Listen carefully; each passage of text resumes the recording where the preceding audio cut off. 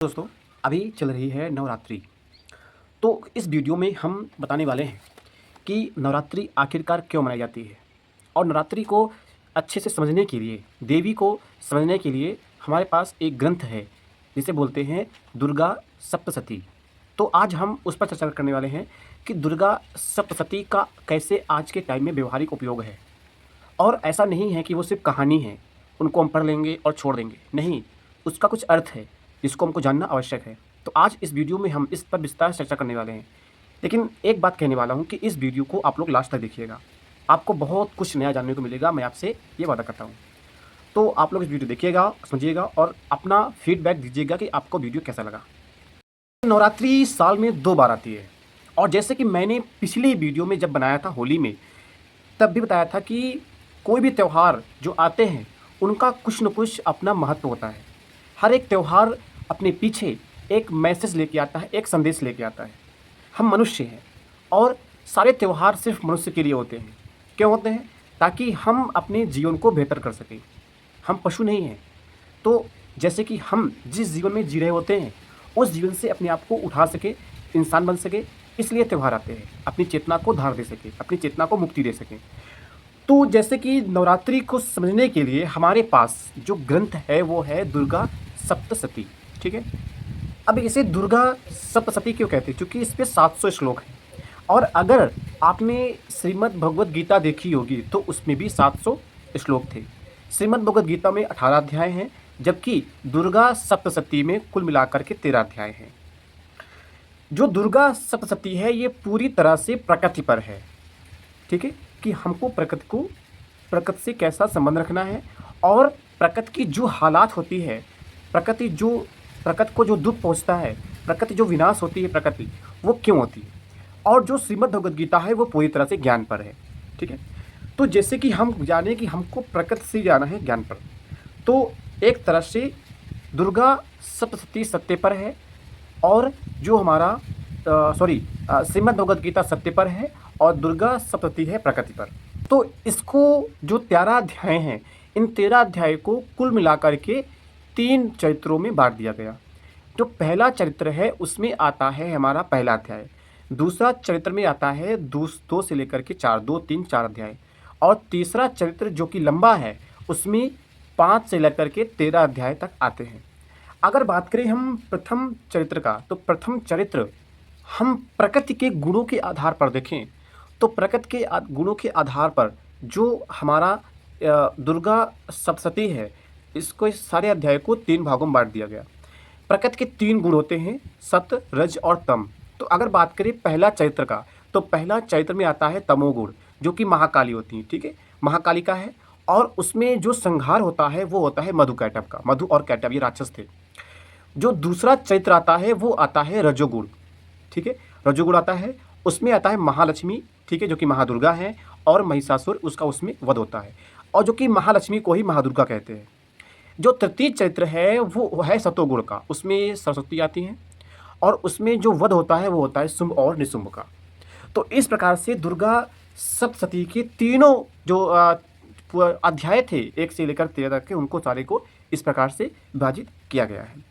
तो शुरुआत इसकी ऐसी होती है कि आपका दो एक राजा थे और एक महाराजा ये वैश्य था। तो ये परेशान होकर के जाते हैं मार्कंडेय ऋषि के पास। तो जो मार्कंडेय ऋषि थे वो इनको ये कहानी सुनाते हैं। तो इस प्रकार से ये बात आगे बढ़ती है। अब मार्कंडेय ऋषि के पास मार्कंडेय ऋषि बैठे थे आश्रम में, वो बैठ करके पशु और पंछियों को क्या कह रहे थे कि अपनी जो है एक तरह से कथा सुना रहे थे। अब पशु पक्षी कथा कैसे सुनेंगे?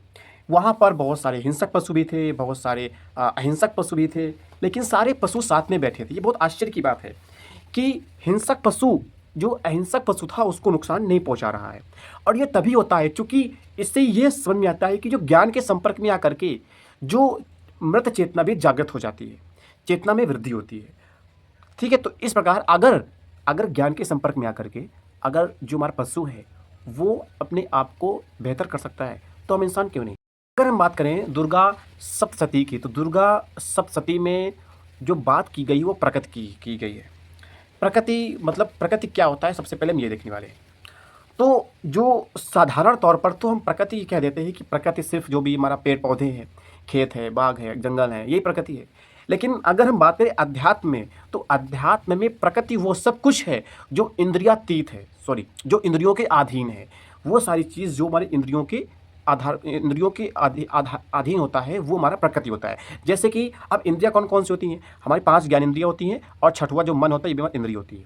तो वो सारी चीज़ जिनको हम देख सकते हैं, छू सकते हैं, स्पर्श कर सकते हैं, चख सकते हैं, सुन सकते हैं, महसूस कर सकते हैं और कल्पना कर सकते हैं, वो सारी चीज़ें जो भी हमको दृष्टिगत हो रही हैं और जो हमारे इंद्रियों के अधीन है, वो हमारी आती है प्रकृति में। तो प्रकृति यहाँ पर आता है कि जो दुर्गा सप्तशती है, ये पूरी तरह से प्रकृति पर है। तो जब राक्षस थे, चाहे वो शुम्भ निशुम्भ हो, चाहे मधुकैटभ हो, चाहे हमारा महिषासुर हो, इन सारों ने जब आतंक फैलाया हुआ था, तब क्या हुआ था? प्रकृति पूरी तरह से गड़बड़ हो गई। आकाश गंदा हो गया था, नदियों में जो नदियाँ का प्रवाह बदल गया और धरती उछलने लगी। इस तरह से पूरी प्रकृति अपने आप से एक तरह से क्या हो गई? अपनी गति से विहीन हो गई। लेकिन जैसे ही इन सभी राक्षसों का वध होता है, तो सारी जो प्रकृति थी वो अपने सहज बहाव में फिर से आ जाती है। तो जो आज के समय में जो हमारी क्लाइमेट चेंज समस्या है, चाहे नदियाँ गंदी हों, चाहे हम पहाड़ का खनन कर रहे हैं, चाहे हमारा आकाश साफ ना हो, चाहे हमारा एक्वाई खराब हो, ये सारी समस्याएं हैं प्रकृति की, ठीक है? तो वो आज की समस्याएं हैं, वो समस्याएं तब थी। अर्थात जो आज प्रकृति को गंदा कर रहा है, आज जो प्रकृति का भोग कर रहा है, वो भी राक्षस ही है। बात आती है कि देवी क्या है? भाई देवी क्या है? देवी प्रकृति ही है। देवी का संबंध किसी लिंग से नहीं है, देवी का संबंध प्रकृति से है। हम आसपास नदियों गंदा करते हैं, हम पहाड़ों गंदा करते हैं, हम किसी इंसान का भोग करते हैं, किसी वस्तु का भोग करते हैं। भोग मीन्स होता है वो सारी इच्छाएं, वो स्वार्थ और वो कामनाएं जिनका लक्ष्य मुक्ति की ओर नहीं है, जिनका लक्ष्य सिर्फ अपने मन के विस्तार के लिए है। तो यहाँ पर ये होता है। तो जो भी हम प्रकृति है वो माँ ही है। तो अब यहाँ पर होता क्या है कि अपने ही माया का दर्शन कर लेना, हमारा माँ का दर्शन करना होता है। अब बात करते हैं कि आत्मज्ञान, मतलब जो एक तरह से देखा जाए कि दुर्गा सप्तशती का जो केवल एकमात्र उद्देश्य है, वो उद्देश्य ये है कि हम स्वयं को जान लें और हम ये जान लें कि प्रकृति से हमारा क्या संबंध है, अहंकार का प्रकृति से क्या संबंध है, यह जान ले। जब दो चीज़ें पता चल जाती हैं, तब हम प्रकृति का भोग नहीं कर सकते। क्योंकि जो प्रकृति का भोग करता है, वो देह नहीं करती। ये जो देह दिख रही है, जो बोल रही है मुँह से, जो हाथ से ऐसे ऐसे एक्सप्रेशन कर रही है, ये देह प्रकृति का भोग नहीं करती। प्रकृति का भोग करता है अहंकार। अहंकार क्या है? जो है नहीं, लेकिन अपने होने का बोध कराता है, जो झूठा है, जो हमेशा अपने आप को कर्ता मानता है। प्रकृति में जितने सारे कर्म हो रहे हैं, वो प्रकृति के 3 गुणों के अधीन हो रहे हैं, सत्व, रज और तम। लेकिन अहंकार अपने आप को कर्ता मानता है, इसीलिए अहंकार फिर भोग करता है। तो यहाँ पर यही बात बताई गई है कि जो इंसान स्वयं को जान लेता है और स्वयं से और प्रकृति का संबंध जान लेता है, उसको ये पता चल जाता है कि दुर्गा सप्तशती का उद्देश्य क्या है, नवरात्रि का उद्देश्य क्या है, और अर्थात उसे आत्मज्ञान हो जाता है। तो जिसे भी आत्मज्ञान हो गया, वो प्रकृति का भोग नहीं कर सकता। और अगर प्रकृति का भोग नहीं करेगा, तो जो प्रकृति है वो सही रहेगी, स्वच्छ रहेगी और निर्मल रहेगी। तो दुर्गा सप्तशती का आने का या नवरात्रि मनाने का कारण क्या हो सकता है? कोई भी जानवर भी है, कोई भी जानवर है, चाहे उसमें हमारा छोटे से बड़े लेकर कोई भी जानवर हो जाए, वो जानवर प्रकृति को नुकसान नहीं पहुंचाता तो नहीं पहुंचाता। प्रकृति को नुकसान पहुंचाता है सिर्फ इंसान की भोग वृत्ति, जो हमेशा सिर्फ भोग करना चाहती है। आप वहाँ पर जाकर देखिए जहाँ पर इंसान नहीं जाते, जहाँ पर सिर्फ जंगल में जानवर रहते हैं, या फिर वो नदी देखिए जहाँ पर इंसान नहीं जाते, वहाँ पर आप देखेंगे कि बहुत स्वच्छ होगा। लेकिन वो नदी जहाँ पर इंसान जाता है और धर्म के नाम पर गंदा करता है, वहाँ पर सिर्फ और सिर्फ कचरा ही देखने को मिलता है। तो यही जो मेन उद्देश्य है, वो है दुर्गा सप्तशती का, कि हम स्वयं को जान लें और स्वयं से और प्रकृति के रिश्ते को जान लें। जिससे हम प्रकृति का भोग नहीं करेंगे, तो प्रकृति बर्बाद नहीं होगी, तो प्रकृति रुष्ट नहीं होगी, और प्रकृति ही देवी माँ है। ये बात आपको आगे पता चलेगी। चलिए बता देता हूँ देवी माँ प्रकृति कैसी हैं। मेरे पास ये पुस्तक है दुर्गा सप्तशती की। अब चूँकि कैमरा फ्रंट है, इसलिए आपका उल्टा दिख रहा होगा, लेकिन बता दूँ ये दुर्गा सप्तशती की पुस्तक है। इसमें देवी माँ जब बहु राक्षसों का या फिर जो हमारा शुम्भ निशुम्भ है, इनका वध कर देती हैं, तब जितने सारे देवता थे वो देवी माँ की उपासना करने लगते हैं। वो कहने लगते हैं, या देवी सर्वभूतेषु शक्ति रूपेण संस्थिता, नमस्तस्यै नमस्तस्यै नमस्तस्यै नमो नमः। ये क्या है? कि जो देवी सभी प्राणियों में शक्ति रूप में विद्यमान है, उस देवी को प्रणाम है, प्रणाम है और प्रणाम है, नमस्कार है, नमस्कार है, नमस्कार है।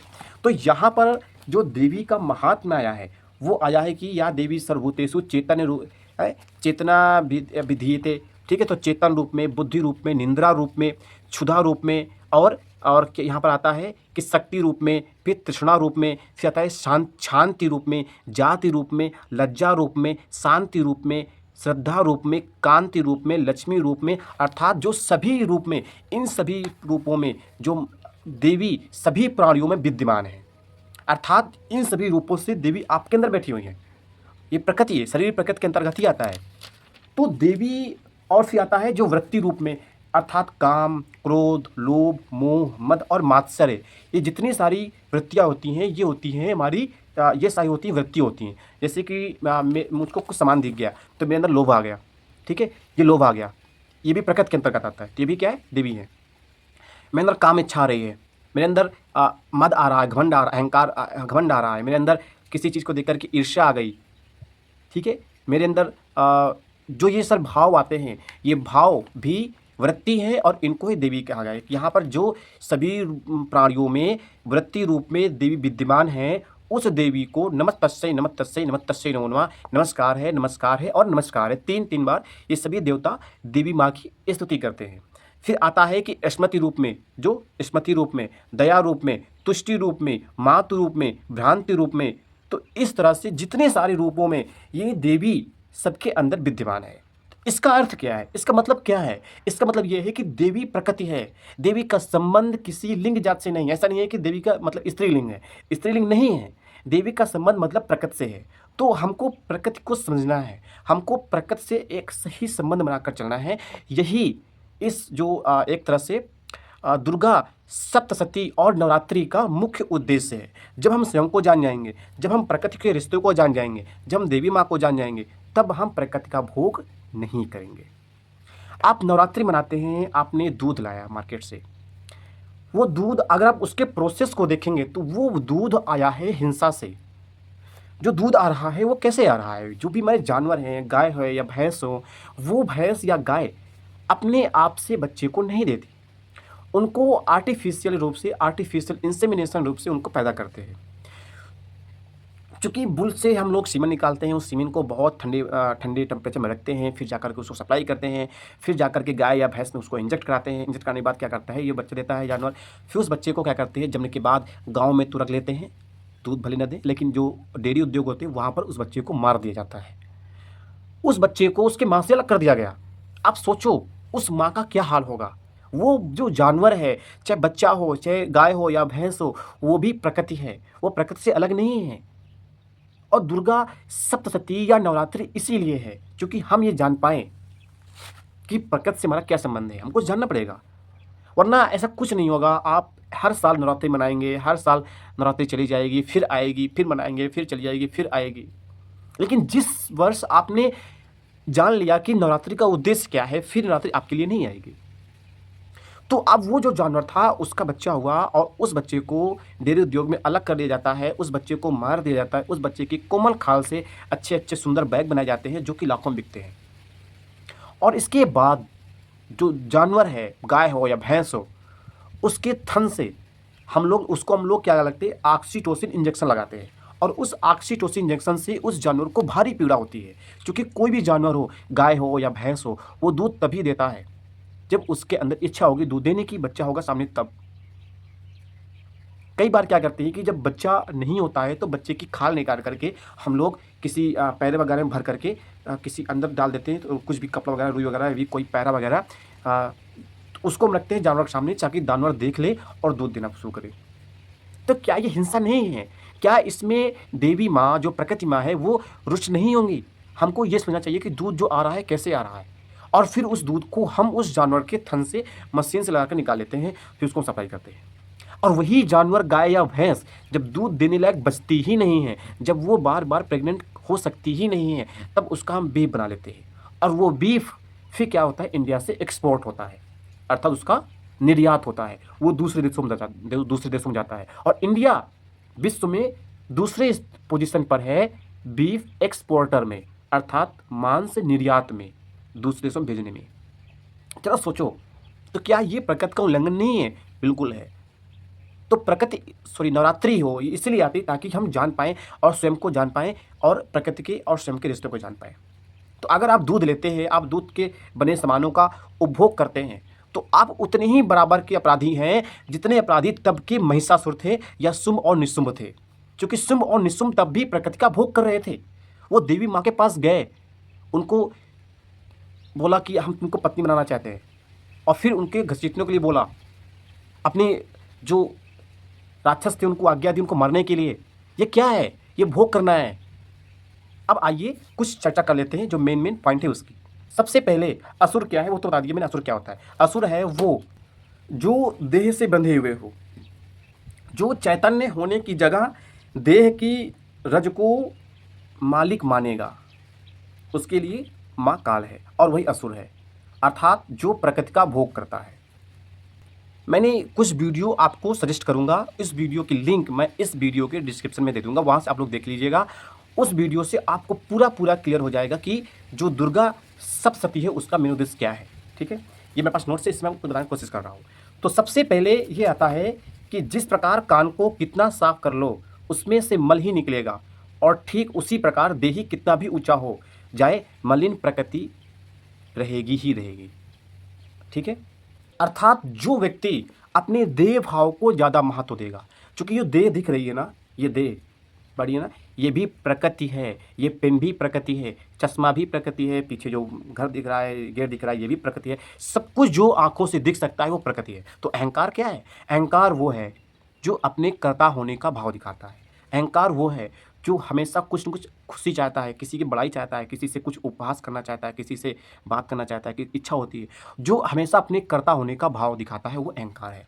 अहंकार वो है जो है नहीं लेकिन ऐसा दिखाता है कि मैं हूँ, वो अहंकार है। अब यहाँ पर आता है कि जो प्रकृति है, जो माँ है, माँ मुक्तिदायिनी भी है और माँ मृत्युदायिनी भी है। अगर आप प्रकृति का भोग नहीं करते हैं तो जो प्रकृति है ये आपका हो जाएगा मुक्तिदायिनी, लेकिन अगर आप प्रकृति का भोग करते हैं तो जो प्रकृति माँ है ये आपके लिए हो जाएगी मृत्युदायिनी। तो जो नवरात्रि है, जो नवदुर्गा है, वो भी इसलिए है ताकि हम स्वयं को देख पाए, हमारे अंदर आत्मज्ञान हो। आत्मज्ञान मतलब होता है सेल्फ नॉलेज। सेल्फ नॉलेज मतलब आत्मज्ञान मतलब होता है, ये नहीं होता आत्मज्ञान मतलब कि हम किसी आत्मा का ज्ञान, नहीं, नकार की भाषा में होता है। तो आत्मज्ञान का मतलब होता है कि मैं कौन हूँ वो जान जाऊँ और मेरा और प्रकृति से क्या संबंध है, ये होता है।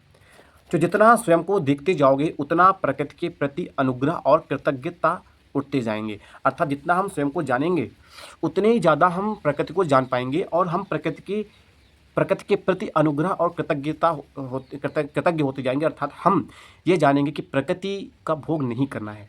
जब प्रकृति को समझते हैं तब प्रकृति मुक्तिदायिनी है, और जब हम प्रकृति को भोग करते हैं तब प्रकृति मृत्युदायिनी है। कुछ इंसान हर समय दुखी होते हैं। अब दुखी कौन होता है? ध्यान समझिएगा। क्या देह दुखी है? क्या ये जो देह दिख रही है ये दुखी है? नहीं।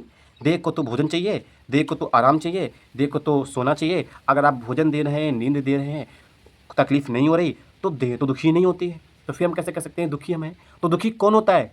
दुखी होता है अहंकार। और चूंकि अहंकार झूठा है इसलिए जो दुख होता है दुख काल्पनिक होता है, इसलिए दुख भी झूठा होता है, झूठा। तो हमारे अंदर जो आसुरी प्रवृत्ति बथी होती है वही होती है दुख का कारण। हालांकि वीडियो बहुत लंबा हो रहा है लेकिन कोई बात नहीं, अगर आप इस वीडियो को पूरा देख रहे होंगे और अगर अभी आप होंगे तो आपको बहुत कुछ समझ में आएगा। अब होता है कि ये माँ को समझे कैसे? आपको कुछ नहीं करना है, आपको स्वयं को जान लेना है। आत्मज्ञान, जो ये देह दिख रही है इस देह में माँ बैठी है, आपको इसको जान लेना है।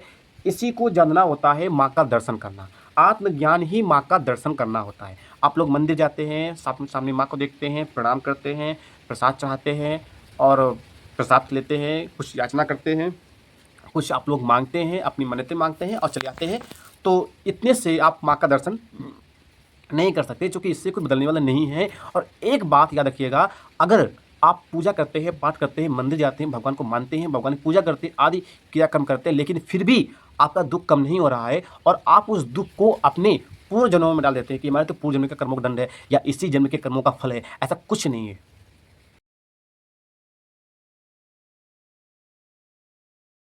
है दुर्गा सप्तशती का दूसरा चरित्र। और दूसरा चरित्र जो अध्याय है वो 2 और 3 और 4 अध्याय पर निर्भर है। इसमें जो अगर हम प्रकृति के गुणों की बात करें तो रजोगुणी देवी होती हैं महालक्ष्मी। और इसमें जो हमारा असुर होता है वो होता है महिषासुर। ठीक है, तो महिषासुर जो इसका प्रमुख पात्र है। और इसमें 100 साल में देवताओं की लड़ाई होती है, देवता और महिषासुर के बीच में। तो इसमें देवताओं की पिटाई हुई, देवता बहुत सारे दुख झेले, फिर देवता गए देवी के पास, देवी से स्तुति भी नहीं किया, देवी आई। तो देवताओं के सारे अधिकार महिषासुर ठीक है ने अपने अधिकार में ले लिया। अर्थात जो देवता होते हैं, चाहे वो सूर्य देव हो, चाहे इंद्रदेव हो, चाहे वरुण देव हो, वो सारे देव प्रकृति के संचालक होते हैं, वो प्रकृति का संचालन करते हैं। लेकिन जब महिषासुर ने देवताओं को परास्त कर दिया, अब जो देवता प्रकृति का संचालन कर रहे थे वो महिषासुर खुद संचालन करने लगा। सूर्य का काम था प्रकाश देना, उसको विजित कर दिया सूर्य और कुछ करने लगा।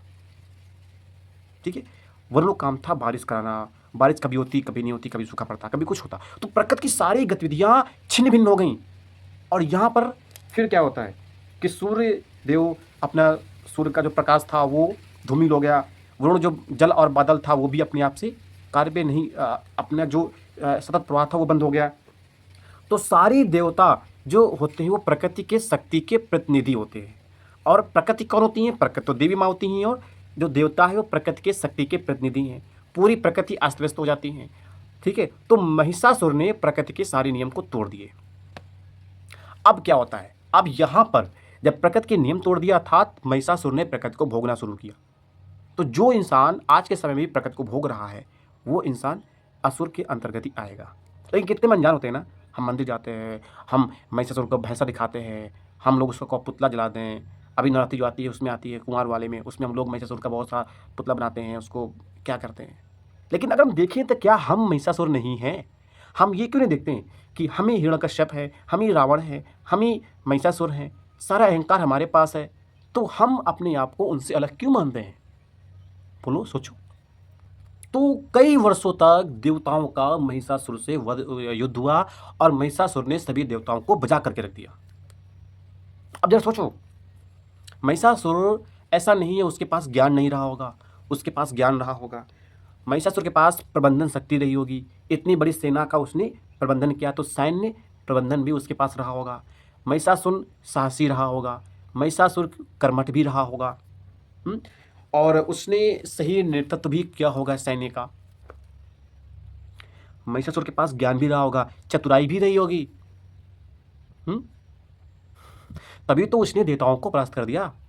अर्थात क्या आपको समझ में आ रहा है कि अगर आज भी किसी के पास ज्ञान है, किसी के पास साहसी है, कोई कर्मठ है, कोई आपका अच्छा प्रबंधन कर लेता है, लेकिन फिर भी अगर वो प्रकृति का भोग कर रहा है तो वो फिर भी असुर है तो है। इससे कोई फर्क नहीं पड़ता कि देखने में कैसा लगता है। जब महिषासुर का, जब देवी माँ का युद्ध हो रहा था तो महिषासुर ने कभी भैंसा का रूप रखता, कभी वो हाथी का रूप रखता, कई बार उसने सिंह का भी रूप रख लिया। तो अहंकार अपने रूप बदलता रहता है, तो रूप बदलने से कोई असुर नहीं होता। ठीक है, इंसान ऐसा नहीं है कि जिसने रूप बदल लिया वो असुर नहीं है। ठीक है, असुर ही है। तो देवी प्रकृति है, देवी का भोग नहीं, प्रकृति का भोग नहीं करना है। ये दुर्गा सप्तशती का मूल संदेश है। और प्रकृति का सम्मान करो, कोई प्रकृति का भोग नहीं कर सकता। जितने सारे गुण और कौशल थे महिषासुर के पास, इसके बावजूद महिषासुर के अंदर वृत्ति थी प्रकृति को भोगने की। इसलिए महिषासुर क्या था? असुर था। अर्थात जिसमें प्रकृति को भोगने की कामना हो वो असुर ही है। अब यहाँ पर जब देवता बहुत सारे त्रस्त हो जाते हैं तब महादेव और विष्णु बहुत सारा क्रोध करते हैं और उस क्रोध से एक शक्ति उत्पन्न होती है और शक्ति एक नारी का रूप रख लेती है। फिर अपनी जो सारे देवता थे उन्होंने अपनी अपनी शक्ति को देवी को देना शुरू कर दिया। उस समय देवी बहुत क्रुद्ध होती हैं, देवी को सारे देवता अपनी अपनी शक्ति देते हैं। अर्थात मतलब क्या है, देवी प्रतीक है प्रकृति का। तो जो भी प्रकृति का है उसको प्रकृति का जान करके प्रकृति को दे दो। तो मेरे पास क्या है वो जान लेना कि मेरे पास जो भी है वो प्रकृति का है, यही हुआ प्रकृति को दे देना। जो लोक धारणा होती है उसमें ये होता है कि जो इंसान मदिरा पान कर रहा है, जो इंसान क्रोधित है वो बुरा है। लेकिन यहाँ पर देवी माँ क्रोध करती हैं, तो क्या बुरी है? नहीं, क्योंकि वो क्रोध किसके लिए है? मुक्ति के लिए, वो क्रोध सत्य के लिए है। देवी माँ मदिरा भी पान करती हैं, क्यों करती हैं? ताकि वो अपने क्रोध को और बढ़ा सके और उन राक्षसों का संहार कर सके। तो जो भी कार्य अगर उस किसी भी कार्य के केंद्र में सत्य है, तो वो कार्य ना तो वो खराब है, ना वो मतलब ऐसा नहीं कि वो कार्य गलत है। अगर देखोगे महाभारत के युद्ध में, सॉरी गीता में, जब गीता था, ठीक है, महाभारत के युद्ध में ही बहुत सारा काम जो करना पड़ा कृष्ण को, वो धर्म के सॉरी एक तरह से नियमों के उल्लंघन पे था, लेकिन वो सारे नियम नहीं करते तो धर्म की विजय नहीं होती। और राजगद्दी पे एक सही और शासक बैठना चाहिए जो सत्य का पालन करे। इसलिए बहुत सारे नियमों का उल्लंघन भी करना पड़ा, लेकिन वो उल्लंघन किसके लिए थे? वो उल्लंघन सारे सत्य के लिए थे। तो जो भी प्रकृति का भोग कर रहा है, जो हमारे असुर थे, बहुत तपस्वी हुआ करते थे, वो हमारे हजारों साल तक तपस्या करते थे, बहुत कर्मठ थे, बहुत साहसी थे, बहुत के पास ज्ञान था, रावण के पास भी ज्ञान था, लेकिन फिर भी उनके अंदर मनसा थी, उनके अंदर अहंकार था प्रकृति को भोगने का। तो उनके पास ज्ञान है, उनके पास साहस है, उनके पास सैन्य शक्ति का प्रबंधन करने की क्षमता है, उनके पास कर्मठता है, उनके पास कौशल है। इससे कुछ भी निर्धारित नहीं होता कि कोई व्यक्ति असुर नहीं है। अगर उसकी आखिरी मनसा इन सारे कामों का है प्रकृति को भोगने का, तो वो इंसान भी असुर ही होगा। ये बात याद रखिएगा। ये बात हमको सिखाती है दुर्गा सप्तशती से। तो इस प्रकार महिषासुर बहुत अलग अलग रूप बदलता है, कभी भैंसा बनता है, कभी हाथी बनता है, कभी देवी का सिंह बन जाता है, लेकिन अंत में देवी माँ ने उसको उसके छाती में त्रिशूल घसेरा और उसकी मृत्यु हो जाती है। तो इस प्रकार से यहाँ पर होता है कि ये अध्याय खत्म हो जाता है। अब अगला आता है अध्याय 3। क्योंकि वीडियो लंबा हो रहा है इसलिए मैं ज़्यादा नहीं खींचूंगा। मैं आपको 3 वीडियो सजेस्ट करता हूं जो कि हैं आचार्य प्रशांत के। आप लोग उन 3 वीडियोस को देख लीजिएगा, समझ जाएंगे कि जो नवरात्रि है, देवी माँ, उनका क्या महत्व है, उनका इंपॉर्टेंस है, और वो बहुत बहुत ज़्यादा महत्वपूर्ण है, उनको देखना है। लेकिन एक चीज़ बता दूं कि जितने सारे राक्षस थे, चाहे वो मधुकैटभ रहे हो, चाहे सुम्र रहे हो, चाहे महिषासुर रहा हो, चाहे वो रक्तबीज रहा हो, इन सबका एक ही उद्देश्य था, प्रकृति को भोगना। लेकिन इनके पास ताकत भी था, इनके पास सैन्य प्रबंधन क्षमता भी थी, इनके पास ज्ञान भी था, इनके पास कौशल भी था, लेकिन इससे कुछ भी निर्धारित नहीं होता है कि कोई इंसान असुर है या नहीं। वो किसी भी रूप में हो सकता है, जरूरी नहीं कि वो बहुत ही बड़ा डरावनी रूप में हो, वो बहुत सीधा स्वच्छ साफ भी हो सकता है, लेकिन फिर भी वो असुर ही होगा। तो असुर को जो जानने की जो मनसा है, वो बदल लीजिएगा कि वो इंसान जो प्रकृति का भोग करता है, वो इंसान असुर ही है। अब आता है रक्तबीज। बता दूं, जो तीसरा चरित्र है उसमें आता है एक पात्र आता है रक्तबीज। रक्तबीज क्या था कि रक्तबीज जहाँ जहाँ उसका रक्त गिरता, वहाँ से फिर एक नए नए रक्तबीज खड़े जाते थे। मतलब क्या है रक्तबीज? क्या है रक्तबीज? वो अहंकार है। अहंकार को जब चोट पड़ती है तो अहंकार फैलता है, विस्तृत होता है। अहंकार को, अज्ञान को ज्ञान देने जाओ, उसका अज्ञान और बढ़ जाता है। इसलिए कोई इंसान को तुम, अगर उसका अहंकार बहुत ज़्यादा है, उसको तुम कुछ भी समझाओ वो समझेगा नहीं, वो और फैलेगा, उसका अहंकार और बढ़ेगा। तो ये होता है रक्तबीज। अब रक्तबीज को समाप्त करने का माँ के पास एक ही उपाय था, उसको पान कर लेना। तो माँ प्रतीक है प्रकृति का, रक्तबीज प्रतीक है किसका? अहंकार का। तो जब प्रकृति ने, माँ ने रक्तबीज को अपने अंदर ले लिया, भक्षण कर लिया, अर्थात प्रकृति ने अहंकार का भक्षण कर लिया। तो जब प्रकृति अहंकार से एक हो जाता है, तब वहाँ पर अहंकार का समापन हो जाता है। अर्थात जब अहंकार जान लेता है कि मैं तो हूँ ही नहीं, मैं झूठा हूँ, अर्थात मैं प्रकृति से भिन्न नहीं हूँ, मैं प्रकृति से एक हूँ, तब वहाँ पर आता है, तब वहाँ पर अहंकार का विलोपन हो जाता है। तो जो पूरी कहानी दी गई है दुर्गा सप्तशती में, वो सारी कहानी हमें कुछ न कुछ समझाती है, हमें बताती है कि हमको सीखना चाहिए और हमको प्रकृति का भोग नहीं करना है। हमको जानना है कि नवरात्रि का उद्देश्य क्या है। अगर आप इस उद्देश्य को बिना जाने आप फिर उसी तरह से नवरात्रि मनाते हैं, आप उपवास रखते हैं, आप पूजा पाठ करते हैं, मंदिर जाते हैं, आप देवी माँ को प्रसाद चढ़ाते हैं, इससे आपके अहंकार फूलेगा। आपके अहंकार को ऐसा लगेगा कि हाँ मैं तो अच्छा आदमी हूँ, मैं तो धार्मिक आदमी हूँ, मैं तो मंदिर जाता हूँ, लेकिन इससे कोई मूलभूत परिवर्तन नहीं आने वाला, ये मैं बता देता हूँ। अगर आप इस चीज़ को जानते हुए कि नवरात्रि का क्या उद्देश्य है, फिर आप जाते हैं देवी माँ के पास, पूजा पाठ करते हैं, लेकिन अहिंसा के साथ। आप अगर माँ के पास जाते हैं पेड़े बना करके, अगर आप जाते हैं माँ के पास दूध से बनी किसी चीज़ को लेकर के या दूध लेकर के, तो फिर वहाँ पर हिंसा होगी और वहाँ पर आपने जानबूझ करके भी अहिंसा कर दी, अर्थात आपने प्रकृति का भोग कर लिया, अर्थात आप महिषासुर या राक्षस, किसी भी राक्षस के रूप में आपने ले लिया। तो आप अगर दुर्गा सप्तशती क्या होती है, नवरात्रि क्यों आती है, उनका अर्थ जानते हुए आप माँ के पास जाते हैं और किसी भी प्रकार का हिंसा नहीं करते हैं, तो बहुत अच्छी बात है। लेकिन आप अगर इन सब चीज़ों को नहीं जानते हैं और ना ही जानने का प्रयास करते हैं, आप सिर्फ माँ के पास जाते हैं, आप उनसे पूजा पाठ करते हैं, अर्चना करते हैं, कुछ मांगते हैं, उसी तरह से पारंपरिक रूप से आप मनाते चले जाते हैं, तो फिर इसका कोई महत्व नहीं होगा। इससे सिर्फ आपका अहंकार फूलेगा कि हाँ, हम तो अच्छे आदमी हैं, हम धार्मिक आदमी हैं, हम मंदिर जाते हैं। इससे कोई अर्थ नहीं होगा। आप लोग करते चले आ रहे हैं, करते चले जाएंगे, बार बार करेंगे, हर साल करेंगे, कुछ भी बदलने वाला नहीं है। ठीक है। बात अंत में जब सारे राक्षसों का वध हो जाता है, तब देवताओं के मरते ही आकाश स्वच्छ हो जाता है, नदियाँ अपने सतत प्रवाह में आ जाती हैं, और जो भी हमारा एक तरह से सूर्य की जो प्रकाश था वो स्वच्छ हो जाता है। इस प्रकार से जो समूचा प्रकृति है वो अपने फिर से सहज बहाव में वापस आ जाती है। अर्थात जब अहंकार खत्म होता है, जब प्रकृति को भोगने की वृत्ति खत्म हो जाती है, तब प्रकृति अपने फिर से सहज प्रवाह में वापस आ जाती है। तो जो आप कुछ लोग होते हैं कि दुर्गा सप्तशती का पाठ करने लगते हैं नवरात्रि के दिनों में, वो लोग बस ऐसे पाठ करते चले जाते हैं। लेकिन अगर आप अर्थ नहीं जानते हैं, बिना अर्थ जाने, बिना महत्व जाने पाठ करते हैं, तो इससे कोई फ़ायदा नहीं होगा। मैं फिर से कह रहा हूँ, आपका अहंकार ही फूलेगा।